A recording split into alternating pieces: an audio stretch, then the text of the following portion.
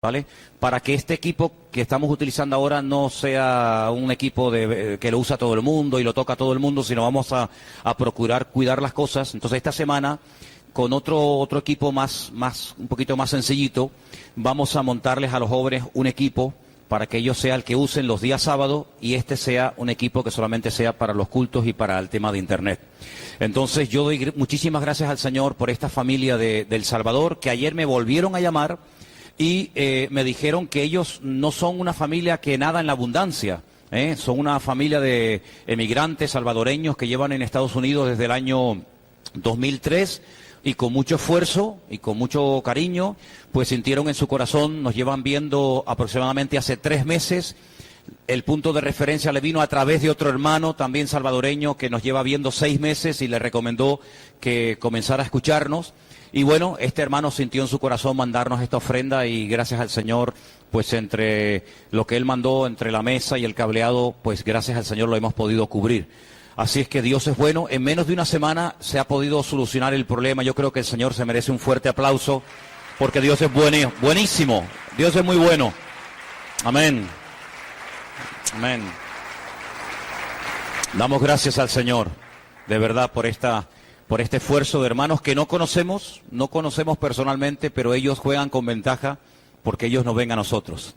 Y seguimos recibiendo correos. Hoy recibí un correo también de otro pastor de San Francisco, de California, que nos dice que está viendo los cultos y bueno, gente de todas partes que siempre nos dicen que las predicaciones, los mensajes, los cultos, los oyen, los ven y por lo visto están siendo de mucha bendición y estamos muy agradecidos. Mañana a las 7 de la tarde, vía Skype, yo empiezo unas reuniones con ese grupo de hermanos desde la ciudad de Tel Aviv, en directo, en tiempo real, y se van a enganchar hermanos de Beersheba, del sur de Israel, y de otras partes, y vamos a tener ahí un coloquio, un estudio bíblico. Y si hay algún hermano que tiene Skype y también quiere meterse, pues te puedo dar la dirección y podemos hacer ahí una conferencia de muchas partes del mundo. Así que damos gracias al Señor que cuando cuando la tecnología se usa para bien, trae mucha bendición. Cuando se usa para mal es un desastre, pero cuando se usa para la gloria de Dios es una bendición. ¿Estamos de acuerdo, hermanos? Amén. Los niños pueden ya pasar a sus clases de escuela dominical. Nos vamos a quedar aquí. Y hace 2 domingos, para los que estuvieron y para los que no estuvieron, yo hablé acerca del llamado. ¿Se acuerdan? Del llamamiento. A veces hay como ideas extrañas acerca de lo que es el llamamiento. Y si bien dijimos que en la Biblia hay llamamientos tremendos, llamamiento de Isaías, llamamiento de Ezequiel, llamamiento de Jeremías, etcétera, la Biblia nos enseña que todo creyente en cierto sentido ha sido llamado a vivir en bendición, llamado a vivir en victoria, llamado a vivir en santidad, llamado a ser bendecido. Es un llamamiento general, independientemente de que luego haya llamamientos específicos, ¿verdad?, para servir al Señor como pastor o como obrero o como lo que sea. Pero eso fue hace 2 semanas. El domingo pasado yo dije que a veces hay impedimentos para que Dios nos use. Estos son mensajes dirigidos a creyentes, no son mensajes evangelísticos, ¿vio?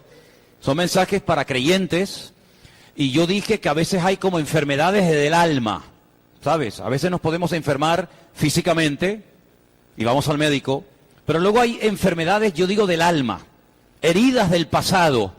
Gente que a lo mejor fue lastimada, humillada, malentendida, incluso después de haber conocido al Señor.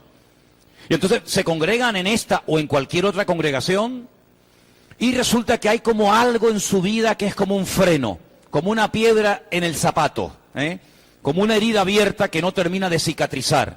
Entonces ahí encontramos a creyentes desconfiados, creyentes que ya no se fían porque un día se abrieron y bueno, recibieron un palo, se llevaron una desilusión y ahora se van al otro extremo. Ahora no se fían de nadie.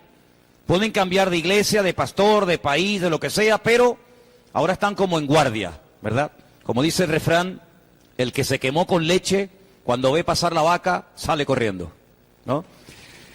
Gente que tiene temores a volverse a llevar otro desengaño. Gente que más que testigos de Cristo, son como espías. Dicen que son creyentes, pero nadie se entera porque están ahí viviendo una vida en la clandestinidad, ni dentro ni fuera. Y todo eso muchas veces se debe a cosas no superadas del pasado. Ya sé que algunos de ustedes estarán pensando en ese texto bíblico que dice, de modo que si alguno está en Cristo, nueva criatura es. Amén. Las cosas viejas pasaron. He aquí todo es hecho nuevo. ¿Cuánto lo creen?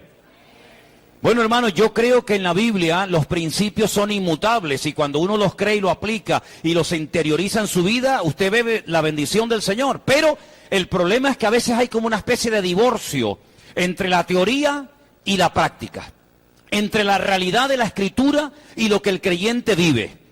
Si usted cree que Dios es todopoderoso, pero usted no aplica el poder de Dios a su diario vivir, ¿de qué le sirve a usted decir que su Dios es poderoso si luego usted vive en miseria, en pobreza, en ataduras, en vicios, en complejos, en temores? ¿De qué le sirve? De nada. ¿Saben? Esta semana leí algo muy interesante y está demostrado científicamente que cuando con nuestra boca decimos algo, pero con nuestras acciones hacemos todo lo contrario, se puede llegar a enfermar el cerebro. Se puede llegar a enfermar la mente de una persona si usted dice algo y luego con sus acciones hace todo lo contrario. Es como que el cerebro, como que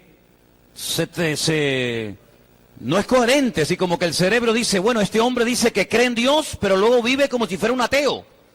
Este hombre dice que ama a su mujer, pero luego la desprecia y la humilla.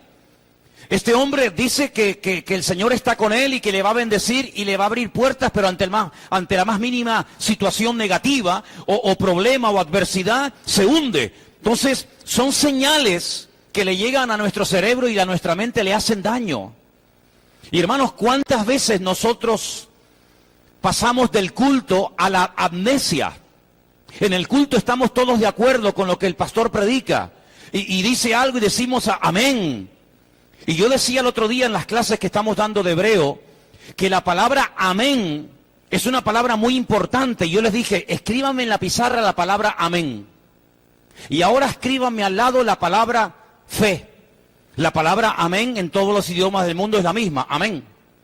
Pero tiene las mismas letras, menos una, de la palabra emuná, que significa fe. Luego la palabra amén está entroncada con la palabra emuná, que significa fe. Cuando usted dice amén, no solamente está diciendo estoy de acuerdo, no solamente es un sí afirmativo, sino que cuando yo digo amén a algo que estoy oyendo en la predicación, porque la palabra amén es una palabra que se emplea en las iglesias, no es una palabra que se emplea en los bares, en los colegios, en los parlamentos de los políticos, sino es una palabra, digamos, bíblica, una palabra religiosa, una palabra de connotación espiritual.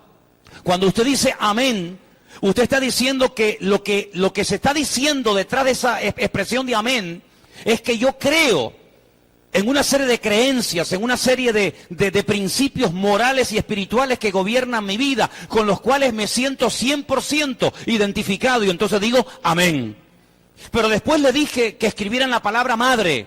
Entonces teníamos la palabra amén, la palabra emuná, que es la palabra fe, de la cual viene amén, y la palabra madre, que significa, o se escribe o se pronuncia em, porque la palabra en, de la cual viene la palabra fe, resulta que está entroncada con la maternidad.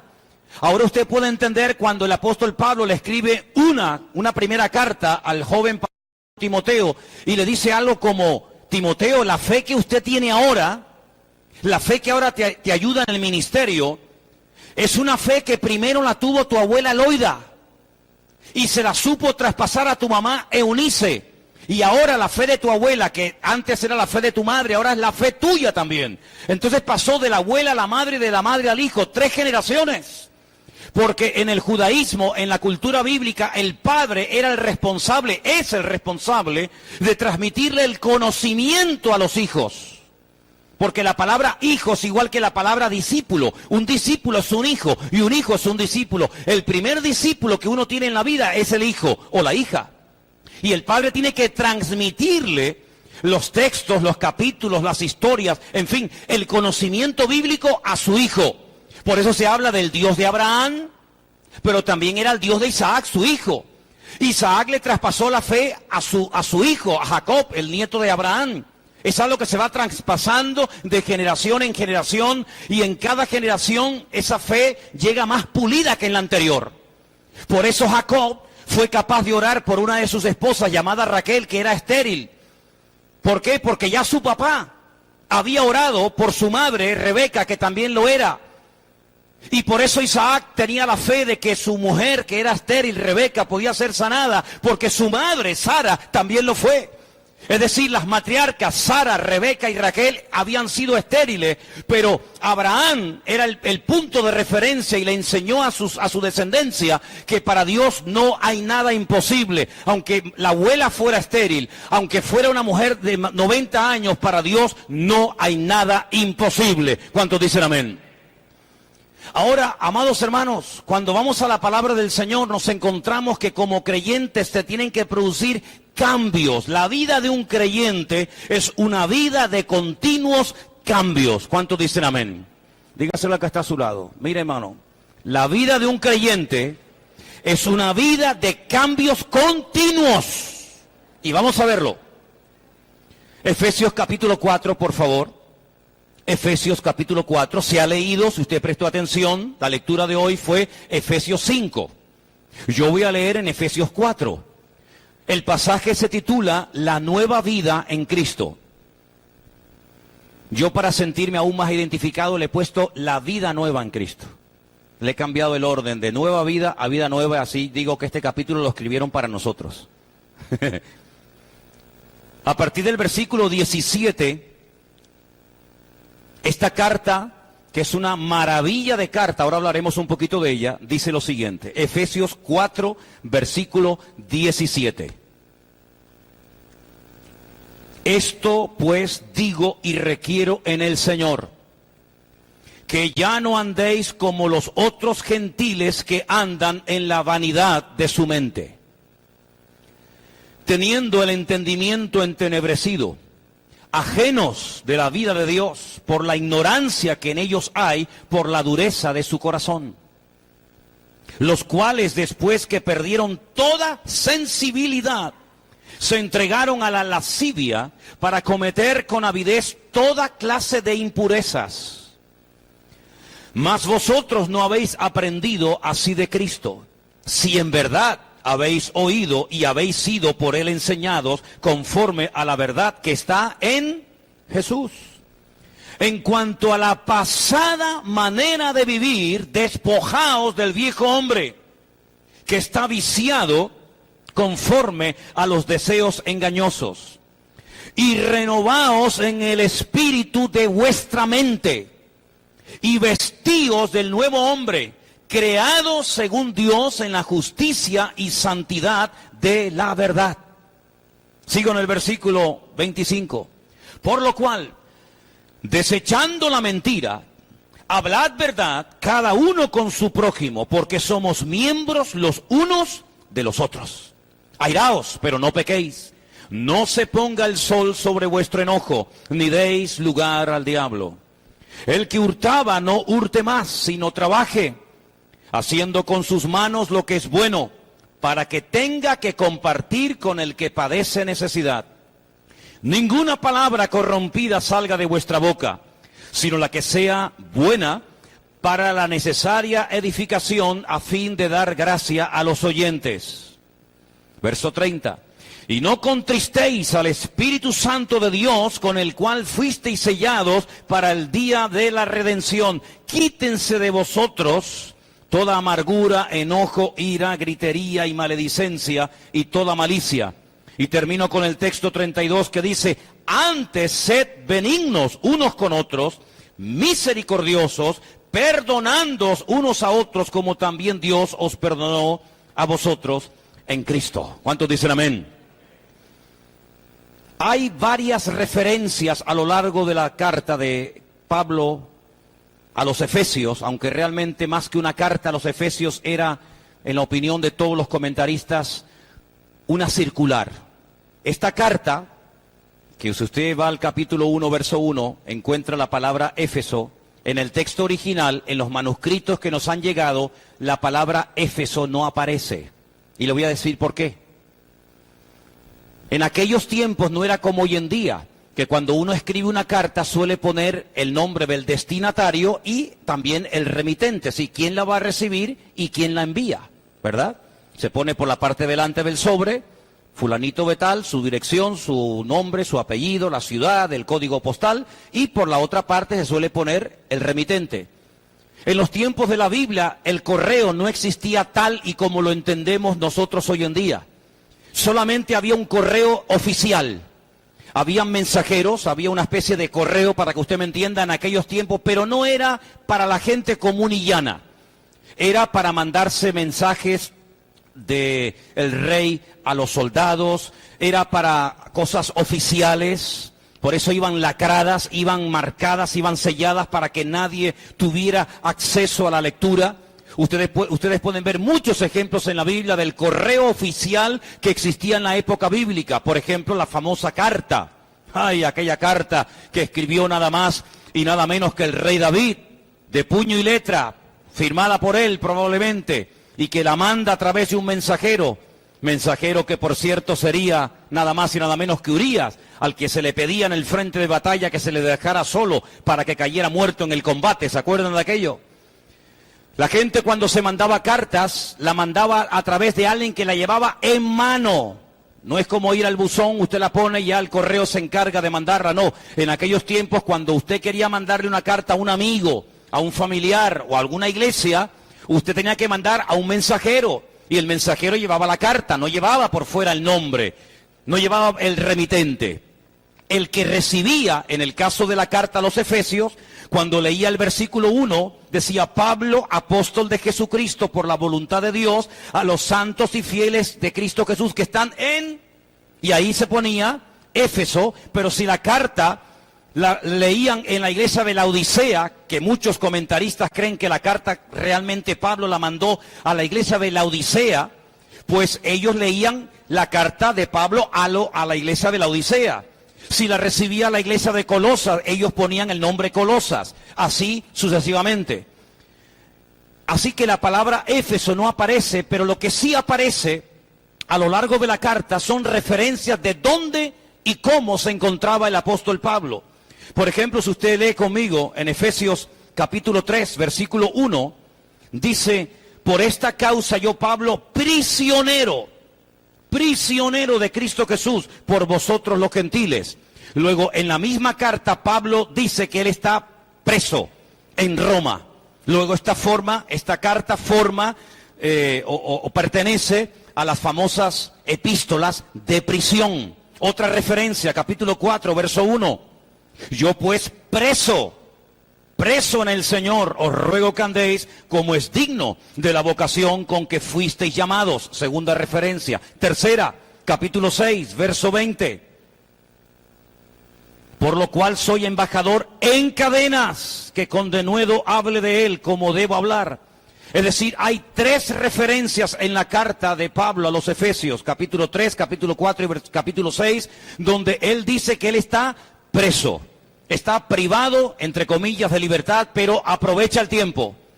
Y dicen algunos que Pablo escribió al mismo tiempo, en la misma fecha, año 63, aproximadamente después de Cristo, primer siglo, faltaban 7 años todavía para la destrucción del templo de Jerusalén.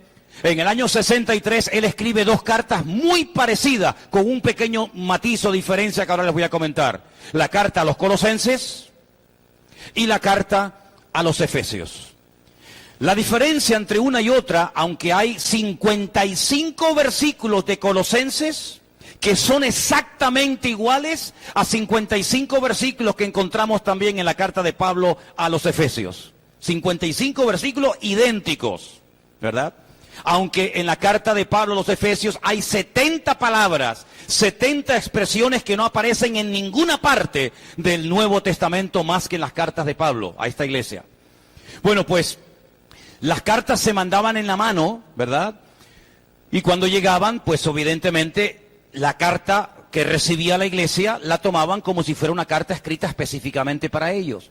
Pero la carta a los Efesios realmente era una circular que tenía que ser leída en muchas congregaciones, porque es una carta que se escribió para los gentiles que salían del paganismo, que salían de la idolatría y se convertían a Cristo y aceptaban al Señor como el Mesías. Y había que enseñarles cómo vive un cristiano, cómo piensa un cristiano, cómo habla un cristiano, cómo se comporta un creyente, porque ellos tenían mentalidad pagana, mentalidad idólatra, mentalidad mundana. Y Pablo da unas directrices y unos principios morales y espirituales para que ellos ahora cambien su forma de hablar, cambien su forma de pensar y lógicamente cambien su forma de vivir. La diferencia entre Colosenses y Efesios es que en Colosenses el Señor pone de relevancia la supremacía de Cristo como la cabeza de la iglesia. Y en Efesios pone como relevancia la supremacía de la iglesia como cuerpo de Cristo. ¿Se da cuenta? Luego, cuando usted estudie la carta a los Efesios, tiene sí o sí que estudiar también Colosenses. Y cuando usted estudie la carta de los Colosenses, tiene sí o sí que leer juntamente la carta de los Efesios, porque ambas se complementan. En una, Cristo como cabeza de la iglesia, y en otra, la iglesia como cuerpo de la cabeza de que es Cristo. Ahora bien, estas cartas, sobre todo la carta de Pablo a los Efesios, hay tres pilares fundamentales sobre los cuales el apóstol Pablo va a construir todos los capítulos que a continuación usted puede leer desde el 1 hasta el 6. Primer principio, y quiero que lo repitan conmigo: somos propiedad de Dios. Dígalo conmigo: somos propiedad de Dios. Ya no podemos vivir una vida de libertinaje, de anarquía, donde yo hago lo que me da la gana, yo organizo mi vida, yo organizo mi agenda, yo organizo mi tiempo libre y el que no es libre, porque al fin y al cabo yo soy el que manda. Una de las cosas que el apóstol Pablo quiere dejar bien claro en esta carta para aquella época y para todos los creyentes a lo largo de la historia, es que hemos pasado de ser seres, criaturas egocéntricas, a Cristo-céntricas. ¿Cuántos dicen amén? Es algo fácil de decir, ¿verdad? Ay, amigo, pero ¿cuánto cuesta entender que cada vez que decimos Señor, estamos pronunciando la palabra Adón? Dice, no es Adonai, no, Adonai es mi Señor, Adón es Señor.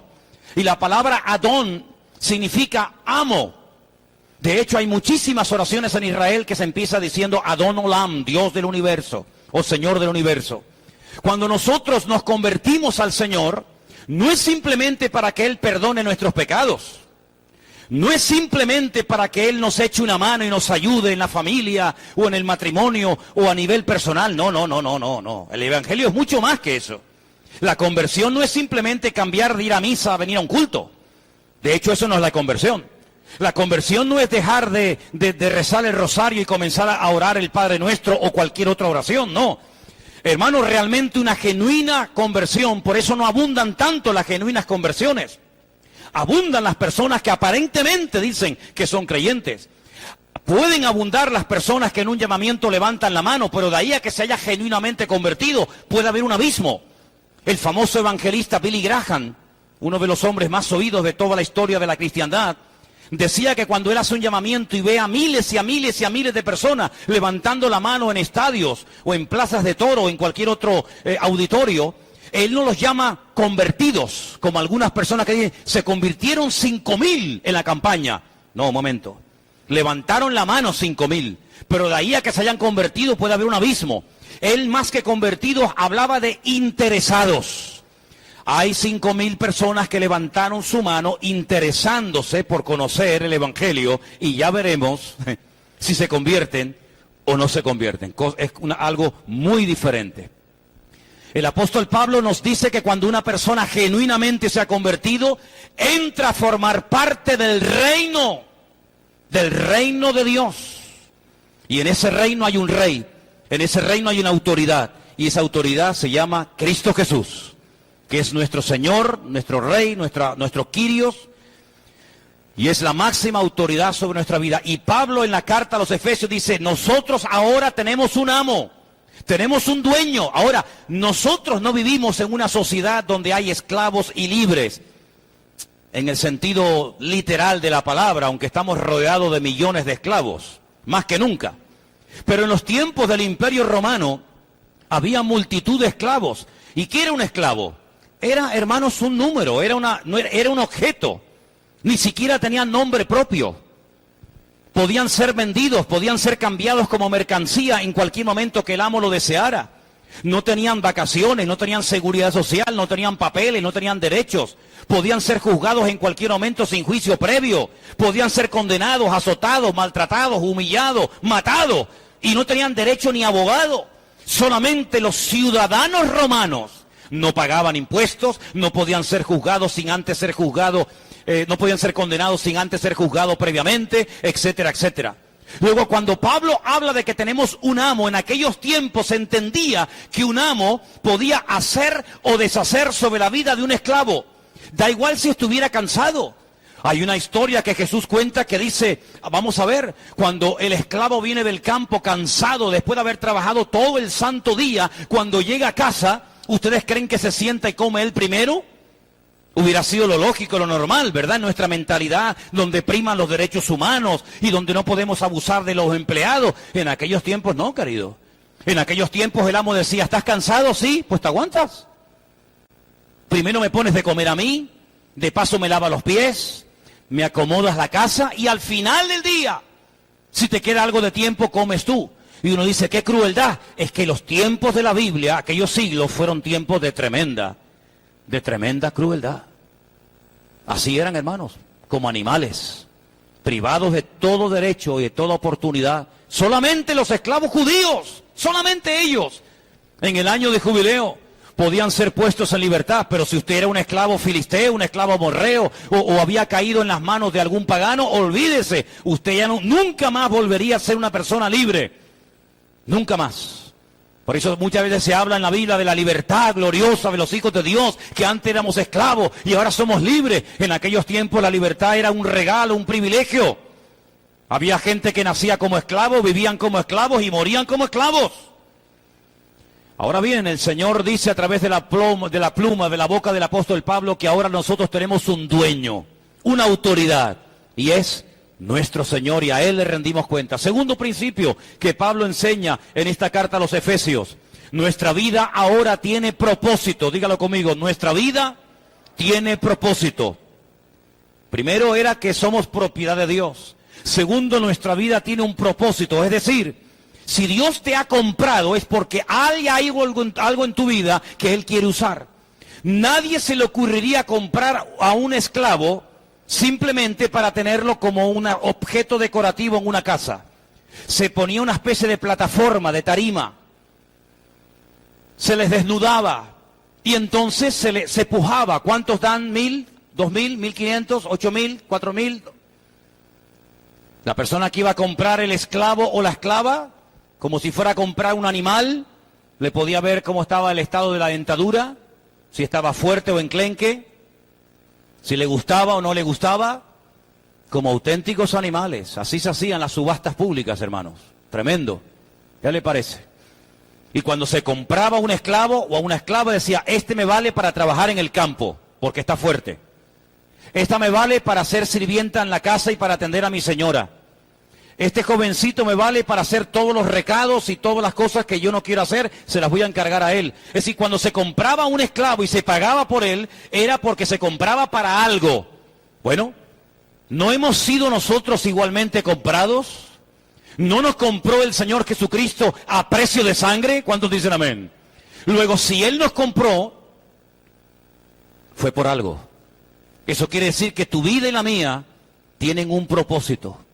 Tienen una misión que cumplir. Y ese es el gran factor que marca la diferencia en la vida de un creyente y en otro. Si está cumpliendo o no con el propósito, con la misión para la cual el Señor lo llamó. Y el tercer principio fundamental de la carta a los Efesios, el primero era, somos propiedad de Dios. El segundo es, nuestra vida tiene propósito. El tercero es, marcar una diferencia. Es decir, somos esclavos de Cristo, Él nos ha comprado con su sangre, pero no para que pasemos desapercibidos, sino para que nuestra vida sea diferente, para que la gente observe que nosotros somos esclavos por amor del Señor, pero esclavos con alegría, esclavos que hablamos diferente, pensamos diferente, actuamos diferente. Y en otras palabras, la iglesia ha sido llamada para marcar una diferencia en el lugar donde ha sido puesta por el Señor. ¿Cuántos dicen amén? Repetimos estos tres principios. Número 1, somos propiedad de Dios. Número 3, nuestra vida tiene propósito. Número 2 y número 3, tenemos que marcar una diferencia. Si ustedes van conmigo al versículo 29, así es como tiene que hablar un esclavo de Cristo, es decir, un hijo o una hija de Dios. Versículo 29.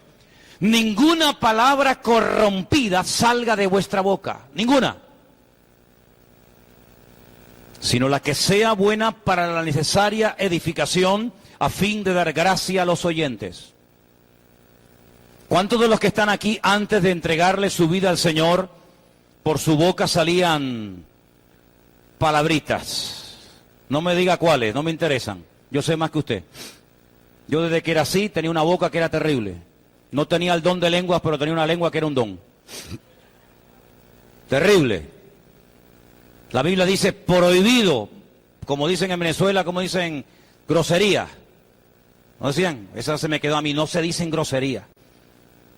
Palabrotas, tacos, insultos. Prohibido. ¿Cuántos dicen amén? Pero nada. Pero bueno, hay expresiones típicas, sí, me da igual, ninguna palabra corrompida salga de vuestra boca. Pero dice más en cuanto al vocabulario, versículo 4, ni palabras deshonestas, ni necedades, ni truanerías que no convienen, sino antes bien acciones de gracias. ¿No hay una canción del cantante Julio Iglesias que dice, soy un truán, soy un señor? Y presume de eso, de que es un truán. Increíble, ¿no? Dice más adelante en el capítulo 5, verso 19, hablen entre vosotros con salmos. Pero para hablar con salmos usted tiene que aprenderse algún salmo de memoria. ¿Cómo voy a hablar yo con usted con salmos si no los conozco, si no los leo? ¿Tenemos en nuestra Biblia un libro que se llama Salmos? ¿Sí? El nombre original del libro de Salmos en el hebreo es Teilim. De ahí viene la palabra Tehilá, que es oración. De salmos sale la palabra oración. Hablamos con salmos, con himnos, con cánticos espirituales, cantando, alabando al Señor en vuestros corazones, dando ¿cuándo tenemos que dar gracias? ¿Cuándo? ¿Cuando lo sentimos? Siempre, siempre gracias por todo. ¿A quién? Al Dios y Padre, en el nombre de nuestro Señor Jesucristo. Así es la forma de hablar de un esclavo de Cristo. No quejándose, no lamentándose, no con palabrotas, no con blasfemias, no con insultos. ¿Cómo hablaban los esclavos en la época de Jesús? ¡Terrible! Maldecían a los otros esclavos, maldecían a sus amos. Una característica de un esclavo de Cristo es que habla diferente. Es un esclavo, pero no se queja. Es un esclavo, pero no se lamenta. Es un esclavo y bendice. Y si no puede bendecir o porque no quiere o no puede, se mantiene cerrado, porque en boca cerrada no entra mosca. ¿Cuántos dicen amén? La forma de hablar. Pero mire, por ejemplo, en el versículo 17. Esto pues digo y requiero en el Señor que no andéis como los otros gentiles que andan en la vanidad de su mente. La forma de pensar de un esclavo de Cristo, de un hijo, de una hija de Dios, es diferente. ¿En qué piensan los gentiles? En otras palabras, ¿en qué piensan los que no tienen a Cristo? En tonterías, en presumir, en aparentar, en fingir, en imitar a otras personas. Sin embargo, la mente de un creyente no puede estar ocupada en esas vanidades, sino los pensamientos de un creyente tienen que ser diferentes. Tiene que haber una pureza de labios, una pureza moral, una pureza en los ojos, una pureza en todos los aspectos y áreas de nuestra vida. Porque la vida de un cristiano es una vida en continuo cambio. No es que yo hablo de que cambié hace 30 años cuando conocí al Señor, me quedé ahí. No.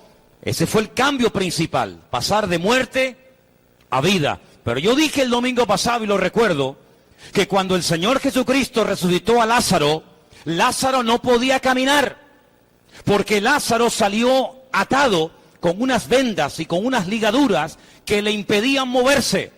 El Señor Jesucristo le dio vida, ya no era un muerto. Pero el Señor Jesucristo antes de marcharse dio una orden, ¿se acuerdan cuál fue? Desatadlo. Desatadlo y dejadlo ir. ¿Cómo va a ir Lázaro así por la vida? No puede caminar, tiene que ir como un canguro dando saltitos. Va atado, así no se puede servir al Señor, así no se puede dar testimonio. Así no se puede vivir atado, y tú no puedes vivir atado por lo que te hizo tu marido, tu padre, tu madre, el vecino, el pastor, fulanito, menganito. No, hermano. Dios nos ha llamado a vivir en la libertad gloriosa de los hijos de Dios. ¿Cuántos dicen amén? Si seguimos un poquito más adelante, nos vamos a dar cuenta que hasta con el tiempo, fíjate tú, el tiempo, tenemos que tener mucho cuidado. Capítulo 5, verso 16, dice, aprovechando bien el tiempo. ¿Por qué? Porque los días son malos. Es decir, abundancia de tiempo libre fue uno de los grandes problemas que llevó a la ruina y a la perdición a los habitantes de Sodoma y Gomorra. Eso dice la Biblia. Abundancia de pan, es decir, demasiado, abundancia, prosperidad. Cerraron la mano al prójimo, no se identificaron con la necesidad del prójimo, y dice que tenían abundancia de tiempo libre. Cuando una persona está continuamente pecando o pensando tonterías es porque tiene demasiado tiempo libre, porque para pecar hace falta tiempo. Así que organice bien su tiempo, su lista de prioridades, de tal manera que no tenga tiempo ni para pecar. ¿Cuántos dicen amén? Ahora, hay 3 palabras que en este capítulo que hemos leído se mencionan, porque usted sabe que el Nuevo Testamento se escribió ¿en qué idioma? En griego. Y el griego es un idioma como el hebreo muy rico, muy rico. Y hay una serie de palabras y de expresiones que se traducen de una forma, pero cuando uno profundiza en ellas, la riqueza es tremenda. Pablo dice que los gentiles, los que no conocen al Señor, tienen una mente llena de vanidades. Pero una de las palabras, hay 3, pero una de las palabras que Pablo emplea es la palabra porosis. Ya viene la famosa expresión o la famosa enfermedad o problema en las articulaciones de osteoporosis, que son esas calcificaciones que nacen en las articulaciones, que las terminan deformando o haciendo totalmente insensibles, y esa calcificación termina siendo más dura que el mismo hueso. Y Pablo utiliza esa palabra para decirle, hay gente en nuestros tiempos que tienen la mente más dura y el corazón tan petrificado como esas calcificaciones que salen en las articulaciones de algunas personas, que terminan deformándoles y terminan impidiéndole que muevan esa mano, esa rodilla, ese codo o esa articulación. Y así erais vosotros, dice el apóstol Pablo, gente dura, gente endurecida, gente que no tenía ya ninguna sensibilidad. Tremendo, ¿no? Pero uno dice, pero Pablo está hablando del siglo I, del año 63 de la era cristiana o del año 2016. Porque hoy en día mira que hay gente dura a nuestro alrededor, ¿sí o no, Gente dura, han visto tu cambio, han visto tu transformación, puede ser incluso hasta un pariente, un familiar tuyo, y en vez de alegrarse, algunos hasta se ofenden, porque son porosis. Dile, eres un porosis.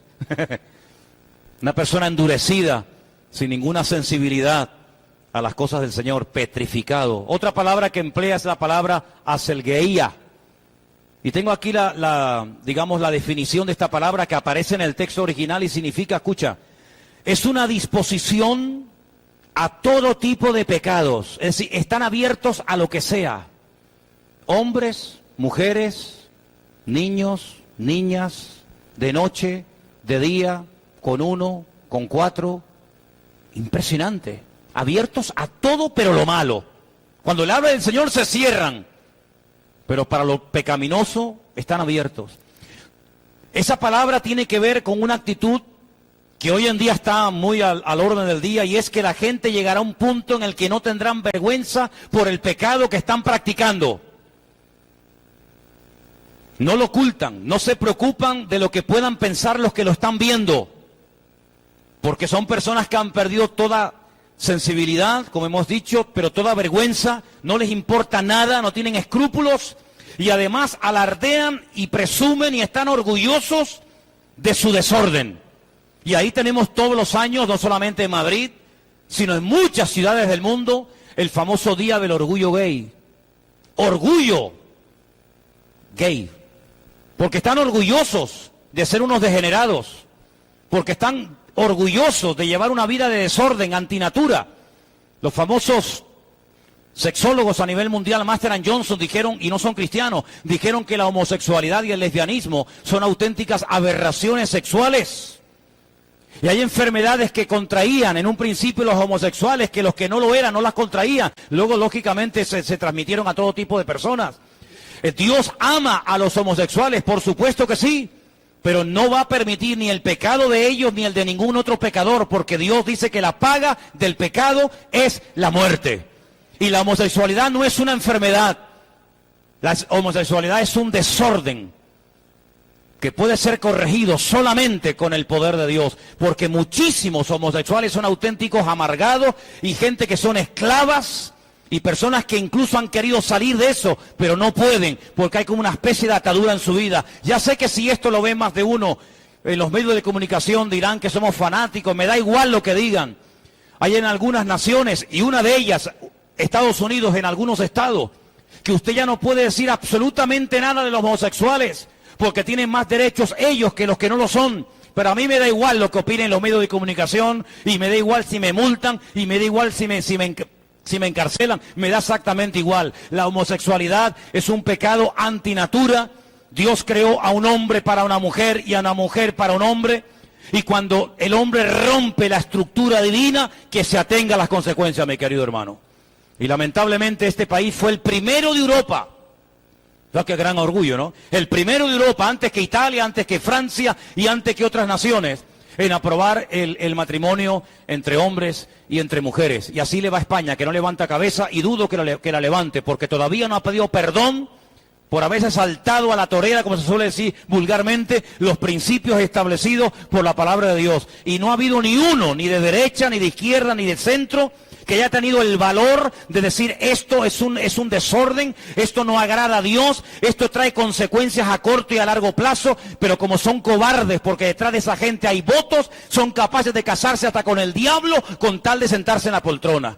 Pero nosotros no nos casamos con nadie, nosotros no queremos agradar al hombre, nosotros queremos agradar al Señor. Y desde aquí nuestra iglesia Vida Nueva denuncia que la homosexualidad es un pecado, pero se puede salir de ese pecado como de cualquier otro con la ayuda del Dios Todopoderoso. A Él sea la gloria y a Él sea el honor. Aleluya.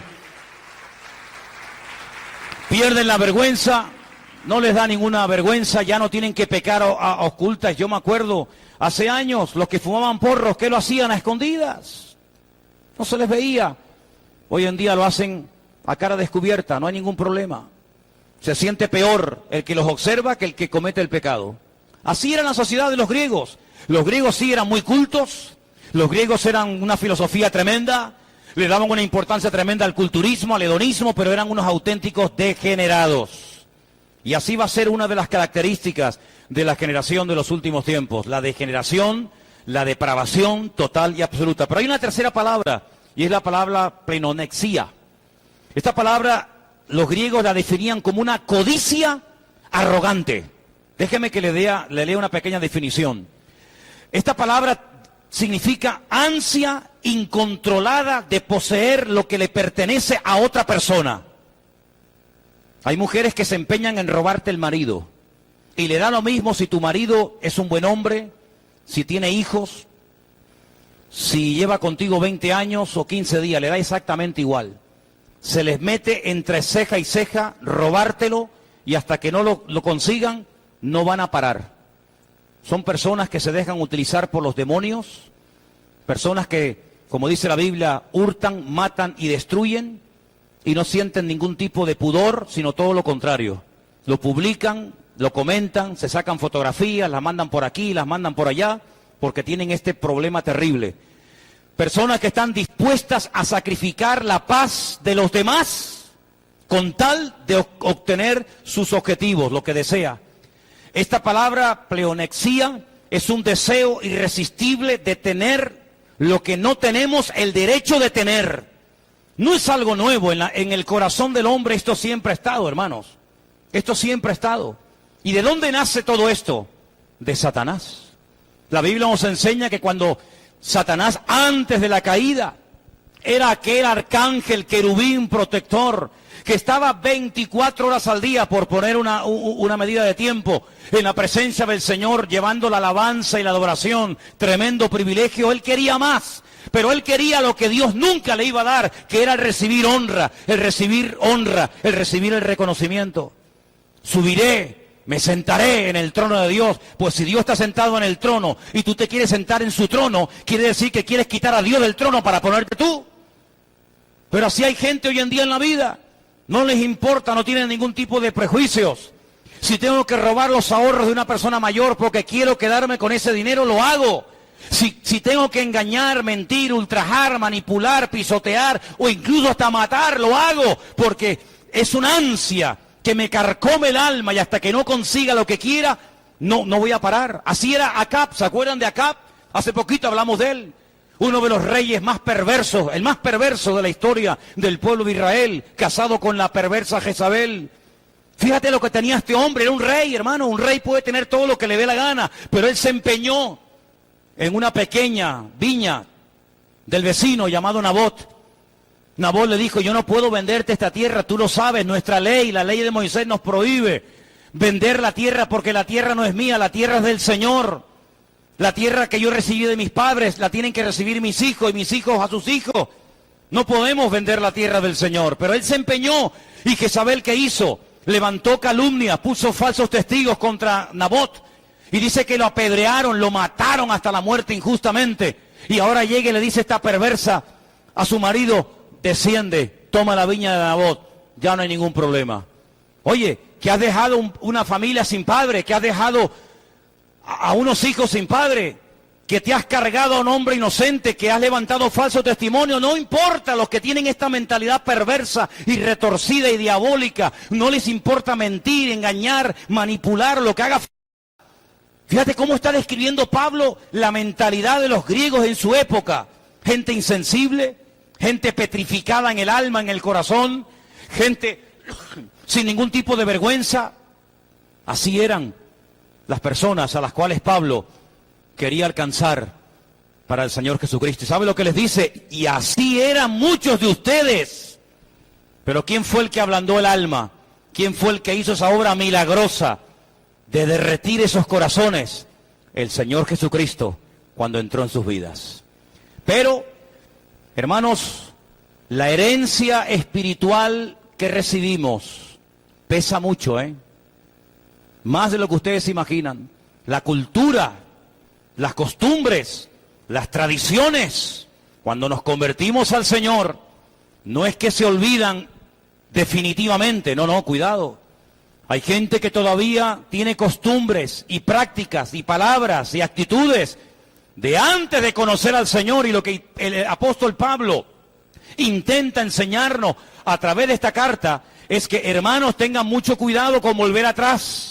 Tengan mucho cuidado con volver a esas prácticas ancestrales que sí forman parte de la cultura de su pueblo, de su raza, de su etnia o de lo que sea, pero no tienen nada que ver con los principios del reino de Dios que ahora tienen que gobernar y dirigir nuestras vidas.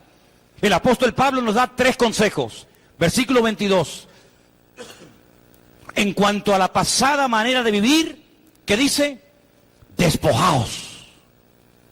Despojaos del viejo hombre que está viciado conforme a los deseos engañosos. Es como si usted tiene una ropa sucia, vieja, que ya no sirve para nada. Pablo dice: quítesela, tírela a la basura y no se la vuelva a poner más. Despréndanse. Ahora, ¿por qué le dice a los efesios y a todos los creyentes, incluido a nosotros, despojaos? Porque somos nosotros, usted y yo, con nuestra voluntad, que no ha quedado anulada cuando nos convertimos al Señor, los que tenemos que tomar la determinación de decir: esto no lo vuelvo a hacer nunca más. Esto no lo vuelvo a comprar, esto no lo vuelvo a ver, esto no lo vuelvo a tocar. Somos nosotros los que tenemos que tomar la determinación categórica de decir: se acabó, me despojo, me desprendo del viejo hombre. Pero claro, ¿y ahora qué hago? Versículo 23, renovaos en el espíritu de vuestra mente, renovar los pensamientos. ¿Por qué? Porque a lo mejor su papá, su mamá, su escuela, su religión, su cultura, o sabe Dios, le enseñaron a usted a reaccionar, a pensar, a actuar de una forma cuando sea agredido, cuando sea maltratado, cuando sea humillado o cuando tenga problemas, a usted le dijeron, usted no sea tonto, usted hable. Usted si le pegan, pegue. Usted no se deje humillar por nadie. Y esas cosas están ahí, en la cabeza. Pero claro, cuando uno va a la Biblia, uno se encuentra que lo que nos pide el Señor hacer en determinadas ocasiones es al revés de lo que nos enseñaron con toda la buena voluntad del mundo nuestros padres, ¿sí o no? Mi padre, un día yo llegué a casa con el ojo morado y el labio este de aquí abajo roto. Tengo hasta la cara del que me lo hizo. Llegué a casa llorando, ¿y a quién fui? A mamá. Mi padre me cogió así y me dijo, la próxima vez que usted venga a casa así, le pego yo otra paliza y le pongo el ojo y el labio de arriba roto. A usted cuando le peguen, defiéndase, pegue. Ay, hermano, ¿para qué fue aquella? Así me expulsaron de 4 colegios. A mí me daban, pero los demás también cobraban. Porque mi papá me dijo, pegue, defiéndase, no sea bobo, no se deje pisotear. Cuando me hago cristiano, el Señor dice, el que te hieran una mejilla, pone la otra. Pero Señor, pero encima la otra. Bueno, la tercera es la mía, ¿eh? Usted me da en la derecha y en la izquierda, pero la tercera agárrese, dice el otro, ¿no? El que le pida que le lleve la carga por 1 milla, diga, no, yo se la voy a llevar 2. Y el que le pida, dele, aunque sea su enemigo, le pide agua, dele agua. Y usted dice, Señor, pero esto no se enseña, esto no es lo que se enseña en las escuelas, en las clases, en la familia. Entonces, ¿cómo hago ahora? ¿Qué le hago caso a mi Padre terrenal o a mi Padre celestial? ¿A quién le hago caso? Es una determinación que usted tiene que tomar, Señor. Mi papá lo dijo con toda la buena intención, pero no coincide con lo que dice tu palabra. Tu palabra dice otra cosa, y por eso Pablo dice, hermano, renuévese, cambie su forma de pensar, porque hasta que usted no cambie su forma de pensar, usted no va a cambiar su forma de vivir. ¿Cuántos dicen amén? Hay gente que son esclavos de ese pensamiento, de esa mentira. Y mira, aquí tenemos el texto. ¿Cuántas veces le hemos hecho referencia a él? La verdad os hará libres y la mentira te esclaviza. Luego, si queremos vivir en la libertad gloriosa de los hijos de Dios, lo que tenemos que hacer es interiorizar y practicar los principios de la palabra de Dios. ¿Cuántos dicen amén? Algunos dirán, pero usted es bobo, usted es tonto. Bueno, yo prefiero pasar por tonto delante de los hombres, pero aprobar delante de mi Dios, que suspender delante de mi Dios y salir victorioso de todas las batallas de la tierra. En esta tierra perderemos muchas cosas, pero a veces para ganar hay que perder. Así que, si usted quiere defender sus derechos, usted no ha entendido nada. ¿Qué derechos tienes tú? ¿Qué derechos tienes? Un esclavo no tiene derechos. No, ¿cómo que no? ¿Yo? A mí no me humilla nadie. A mí que no... Usted no ha entendido nada. No ha entendido nada. Dice la Biblia que a Cristo le amenazaban. ¿Y qué hacía? Se callaba. Encomendaba la causa al Padre. Le maldecían. A Cristo, sí, le maldecían. ¿Y qué hacía? Se callaba. Y como cordero mudo fue llevado al matadero. ¿Se le hizo justicia al Señor? ¿Tuvo un juicio justo? Pero si estaba todo amañado, si aquello no era juicio ni era nada. ¿Tú crees que lo llevaron a casa de Caifás para hacerle justicia? Olvídate de eso. ¿Tú crees que se le hizo justicia en la fortaleza La Antonia, allí en Jerusalén, en la casa de Poncio Pilato? Olvídate de eso. No se le hizo justicia en ningún momento. Él podía haber dicho, cuidadito conmigo, cuidadito, que soy el alfa y la omega, soy el león de la tribu de Judá. Soy el primero y el último, el verbo hecho carne. ¿Soy qué? Delante de ustedes no voy a discutir, porque si el Señor, mi Dios, quiere esto en este momento para mi vida, me voy a gozar. Y el apóstol Pablo aprendió esto, a base de sangre. Dice, a partir de ahora voy a hacer algo que puede resultar absurdo y ridículo y antinatura. Voy a comenzar a gozarme en mis debilidades. Porque cuando soy débil, soy fuerte. Porque mi Señor me dijo el otro día en oración, bástate mi gracia, porque mi poder se perfecciona en la debilidad. ¿Cuántos dicen amén? Esto es el Evangelio. Yo no soy representante de la iglesia mormona, ni de ningún... Yo soy representante del Evangelio. Y el Evangelio dice esto para todos y para cada uno de nosotros. Esto es lo que dice la Biblia. Después dice la Biblia, vestíos del nuevo hombre, creados según Dios en la justicia y santidad de la verdad. 3 consejos: despojaos, renovaos y vestíos. ¿Y cuántas veces tengo que hacer esto? Todos los días. Todos los días, porque puede ser que usted ayer, o tal vez hoy, usted no haya pecado, no haya dicho nada raro, no se le haya ni pasado ningún pensamiento raro por la cabeza, no haya mirado a donde no tiene que mirar, no haya deseado lo que no tiene que... Puede ser que hoy hayas tenido hasta ahora, hasta este momento, 8:25 de la noche, un día, aleluya, sobre ruedas, amén. Pero la victoria de hoy no es para mañana. Mañana empezamos de cero. Lo que tú superaste hoy, gloria a Dios, gloria a Dios. Pero mañana arrancamos de cero. Mañana otra vez me tengo que despojar, me tengo que renovar y me tengo que vestir de Cristo. Y pasado mañana otra vez. Y así durante toda la vida. Porque no es una cosa que hacemos una vez y para siempre, sino que cada día, decía el apóstol Pablo, muero. Cada día muero. ¿Cuántos dicen amén?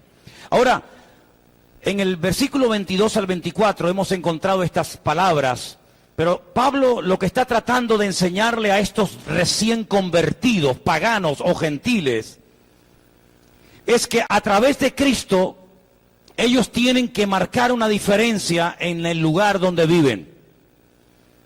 Su forma de hablar, su forma de pensar, su forma de actuar, tiene que traer principios y tiene que traer moral. De hecho, el cristianismo, si algo ha hecho dentro de las miles de cosas que ha hecho y ha favorecido, es que ha traído moral y principios a los pueblos. Todas las constituciones prácticamente del mundo, aunque no las quieran aceptar ni reconocer, están basadas en los principios morales y espirituales de la Biblia, de la palabra de Dios. El no matar, el no robar, el no apropiarse de la propiedad ajena, etcétera, etcétera. Es decir, nosotros tenemos que ser un punto de referencia a la manada de degenerados que nos rodean todos los días de nuestra vida. Nuestro punto de referencia no es el PP, o Ciudadanos, o el Coleta, o el otro, me da igual cómo se llame. Ese no es nuestro punto de referencia. A mí no tiene a la iglesia, escuche bien porque esto es muy serio, y esto es para gente madura. Esto no es para niñitos, esto es para gente madura. Los políticos y el mundo no tienen absolutamente nada que enseñarnos a nosotros los cristianos. Nada.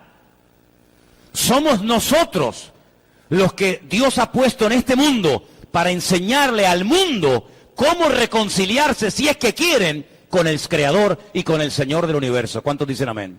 A mí el PP no me tiene que enseñar nada, ni el otro, ni el otro, ni el otro.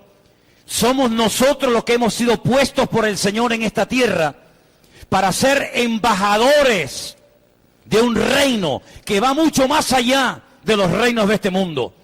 Enseñarles moral, enseñarles principio. ¿Pero cómo?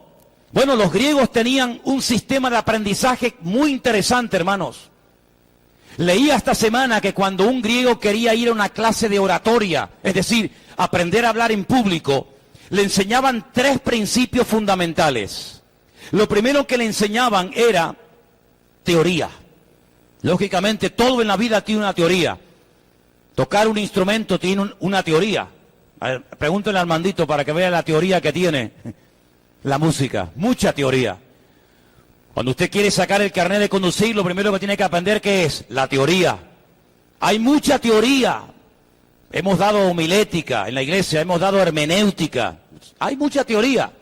Y lo primero que se le enseñaba a los jóvenes que querían ser oradores, grandes filósofos en la época del Imperio Romano, en aquellos tiempos, era la teoría. Pero luego se les decía algo muy interesante, y es que imitaran a su maestro. De ahí que el apóstol Pablo en varias ocasiones utiliza la expresión de imitadme a mí. Es decir, yo les he enseñado el evangelio, yo les he enseñado, yo les he dicho lo que se tiene que hacer y lo que no se tiene que hacer. Yo les he dicho cómo se predica y cómo no se predica. Yo les he enseñado lo que hay que creer y lo que no hay que creer. Yo les he enseñado todo, la teoría. Pero si ustedes quieren decir, ¿y eso cómo se hace? Dice Pablo, imítenme a mí. No es que Pablo fuera perfecto, no. Pero por ejemplo, ustedes, ¿a quién oraban antes? A Afrodita, a Apolos. ¿Cómo adoraban ustedes, mujeres paganas y gentiles, a vuestros dioses? Prostituyéndose. El acto más sublime, el acto de más devoción y sacrificio que una mujer devota a una divinidad griega o romana de aquella época podía hacer, ¿cuál era? Vender su cuerpo, ofrecer su cuerpo. Y ofreciendo su cuerpo en el altar para que otros abusaran de ella, estaba demostrando que ella se entregaba en cuerpo y alma a sus dioses. El apóstol Pablo veía mujeres desnudas, con el pelo totalmente rapada, porque así se ofrecían aquellas mujeres en aquella época, y se ofrecían en Corinto a todas las personas que venían al templo de Artemisa, de Júpiter, de Eros, de Cibeles, etcétera, etcétera. Y el apóstol Pablo escribe una carta y dice, así como presentabais vuestros cuerpos antes para el pecado, presentad ahora vuestros cuerpos, pero para servir al Señor.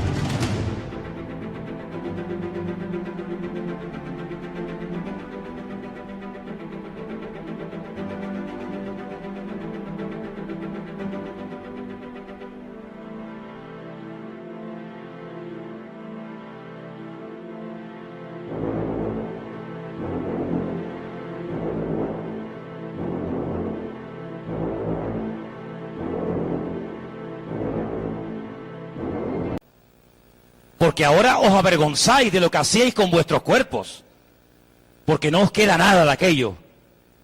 Pero ahora presentad los miembros de vuestros cuerpos para santificar a Dios. Es decir, lo que antes utilizabas para lo malo, ahora utilízalo para lo bueno. Y llega un punto en el que dice, presentad vuestros cuerpos en sacrificio. Y tú dices, ¿qué estás diciendo? ¿Que nos matemos?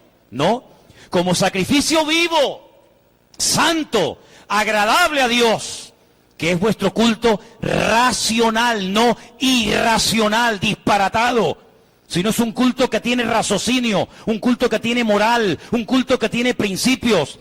Y usted puede presentar su cuerpo, sí, pero cuidado, en sacrificio vivo, de una forma santa.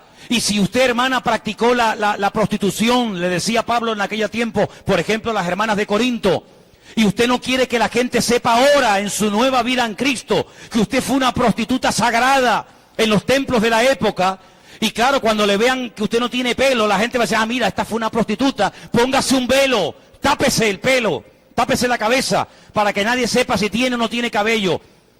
Pero cuando le crezca el pelo, quítese el velo, porque a la mujer, dice la Biblia, en lugar del velo, Dios le dio su pelo. Pero si usted se lo quitó y se lo entregó a un ídolo pagano, como hay gente en religiones que todos conocemos, que se cortan el pelo y se lo ofrecen a sus dioses, sus santos y sus vírgenes, pues ahora usted tome una medida preventiva. ¿Hasta qué? Para que nadie le recuerde su pasado. Porque nadie tiene derecho a juzgarle por lo que usted ha sido, pero todo el mundo tiene derecho a juzgarnos por lo que somos hoy en día. ¿Cuántos dicen amén? La Biblia nos dice que tenemos que juzgar y mirar atrás a lo que hicimos en el pasado, o los hermanos o las hermanas, pero la Biblia dice que cuando alguno predica o profetiza en la iglesia, todos los demás tienen que juzgarlo, examinarlo y decir amén si es de Dios, o rechazarlo si no es de Dios. ¿Cuántos dicen amén? Así que, hermano, eso es lo que dice la Biblia. Vete y no peques más. Pero si te vas y sigues pecando, entonces tú no has entendido absolutamente nada. Por lo tanto, lo que Pablo está diciendo es que tenemos que enseñarle moral. El respeto se ha perdido, es una frase que oímos diariamente.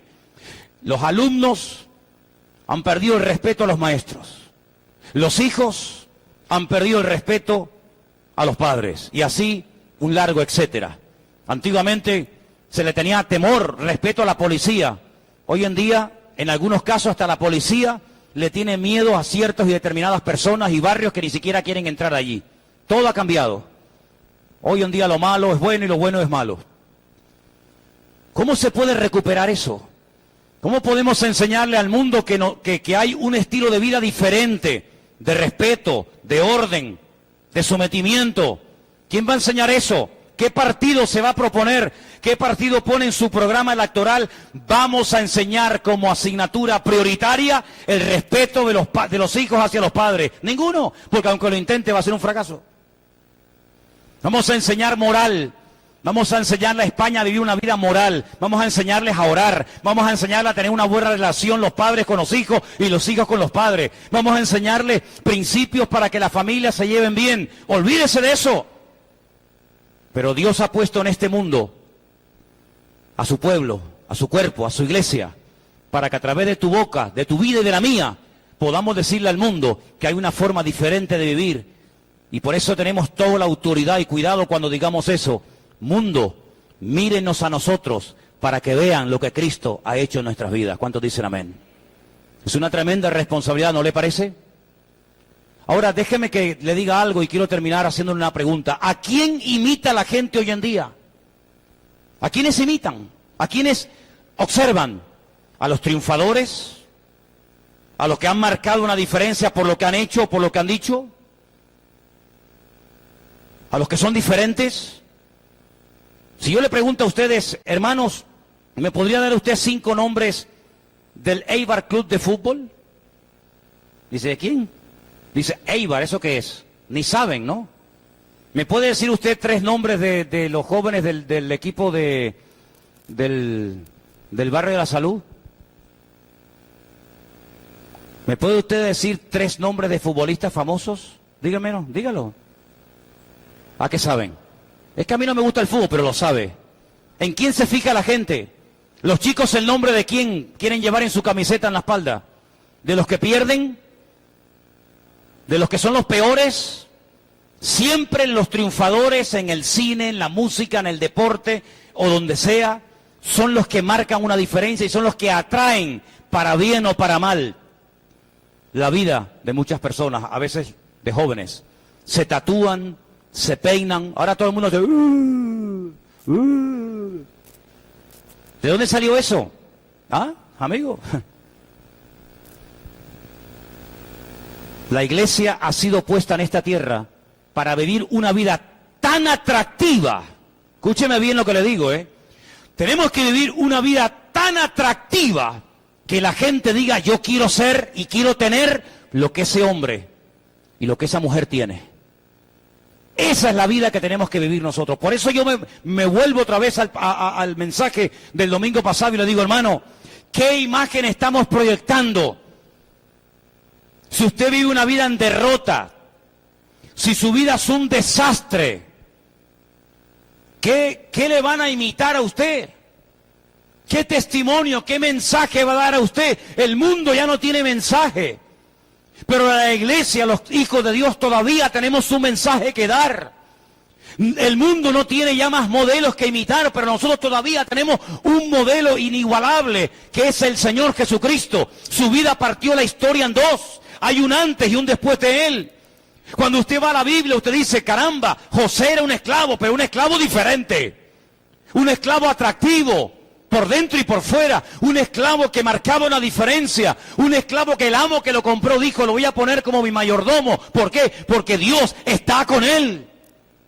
Todo lo que hace le sale bien. Hay bendición, hay prosperidad. Dice que puso toda su casa bajo su mano. Claro.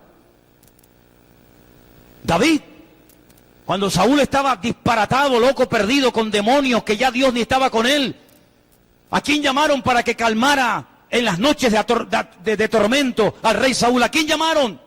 Al que peor tocaba, al que tenía la arpa toda desafinada, las cuerdas rotas. ¿No? Dice, llamaron al que mejor tocaba el arpa en Israel, al mejor músico del país. ¿Quién es ese? Un tal David, el hijo de Isaí. Un hombre que cuando toca los demonios sale corriendo. Un muchacho que tal vez no es muy conocido, pero cuando toca la gracia, la unción de Dios está con él, de que hasta el mismísimo rey de Israel dice que se pone a escucharlo y puede dormir y puede conciliar el sueño, porque cuando David toca el arpa es como si Dios trajera un bálsamo a través de sus manos. Amigo, ¿Y el Señor Jesucristo? ¿A quién seguían en su época? ¿A quién? ¿A Caifás? ¿A Barrabás? ¿A quién seguían las multitudes? Venían de Siria, venían de Grecia a escucharlo a él. La gente hacía kilómetros y kilómetros, días y días viajando. ¿Para ir a dónde? Para ir a escucharle a él, porque él enseñaba, dice, con autoridad. Él echaba fuera demonios, él daba de comer a las multitudes hambrientas, él abría los ojos de los ciegos, y estaba la gente horas y horas y horas y horas escuchándole, sin comer, sin beber. ¿Por qué? Porque ¿Dónde vivía Isaac? ¿Dónde vivía? En Beer-sheba. Beer significa pozo, Sheba 7, el lugar de los 7 pozos. 7 pozos recibió como herencia de su padre. ¿Pero qué pasó? Los filisteos se los tapaban. Le echaban piedras, le echaban tierra, y el pobre Isaac se iba a otro sitio, abría un pozo, se lo volvían a taponar, se iba a otro sitio, se lo volvían a taponar, hasta que dice que llegó a Rehobot. Rehobot es lugares anchos. Y dice que allí el Señor le habló y le dijo: ¿tú qué es aquí? No se vaya, no se mueva de aquí. Siembra aquí. Los que han estado allí saben de lo que estoy hablando. Sembrar allí era una locura. Sembrar allí era un disparate. Porque no era tierra, era arena. Y en la arena no se puede sembrar una cosecha de maíz, ni de trigo, ni de tomate, ni de papas, ni de nada. En la arena, ¿qué va a sembrar usted? Nada. Pero el Señor le dijo: usted siembra ahí, no se mueva de ahí. ¡Siembre! Dice la Biblia que sembró ese año. Y cuando llegó el tiempo de la cosecha, ¿qué dice la palabra? ¿Usted lo sabe, sí o no? Cosechó a 100 por 1. Una cosecha impresionante, fuera de toda posibilidad humana. Ay, amigo, vinieron los filisteos. ¿Y vino quién? El jefe de los filisteos. Y pactaron con él. Le pidieron perdón y dijeron: reconocemos que la mano de Dios está contigo. Dice que le llegaron a tener envidia, le llegaron a tener celos. El diablo le tiene envidia y celos a un verdadero creyente, a un creyente que está comprometido, a un joven que vive una vida ordenada y santa. El diablo le tiene envidia y celos. No se tiene envidia y celos de nadie si esa persona no desprende algo que esta persona quiere tener. Pero Isaac desprendía bendición, Isaac desprendía presencia. ¿Cómo puede este muchacho en pleno desierto tener una cosecha más grande que yo en una tierra fértil y con buenas aguas? Esto tiene que ser un milagro. Claro, es que cuando la gente ve un cambio en tu vida, no te van a dar la gloria a ti, le van a dar la gloria al Dios tuyo. Y dice que ese año pactaron con Isaac. Hermanos queridos, estamos viviendo un momento en el que este país está descabezado. Estamos en un país sin cabeza. Pero nosotros tenemos una cabeza. Y se llama Cristo. Y nosotros somos su cuerpo. Y cuando el cuerpo está conectado a la cabeza, el cuerpo no tiene que tener ningún temor. Pero recuerde siempre esto. Yo sé que es muy sencillito, hasta los niños lo pueden entender. No es el cuerpo el que le dice a la cabeza lo que tiene que hacer, sino es la cabeza.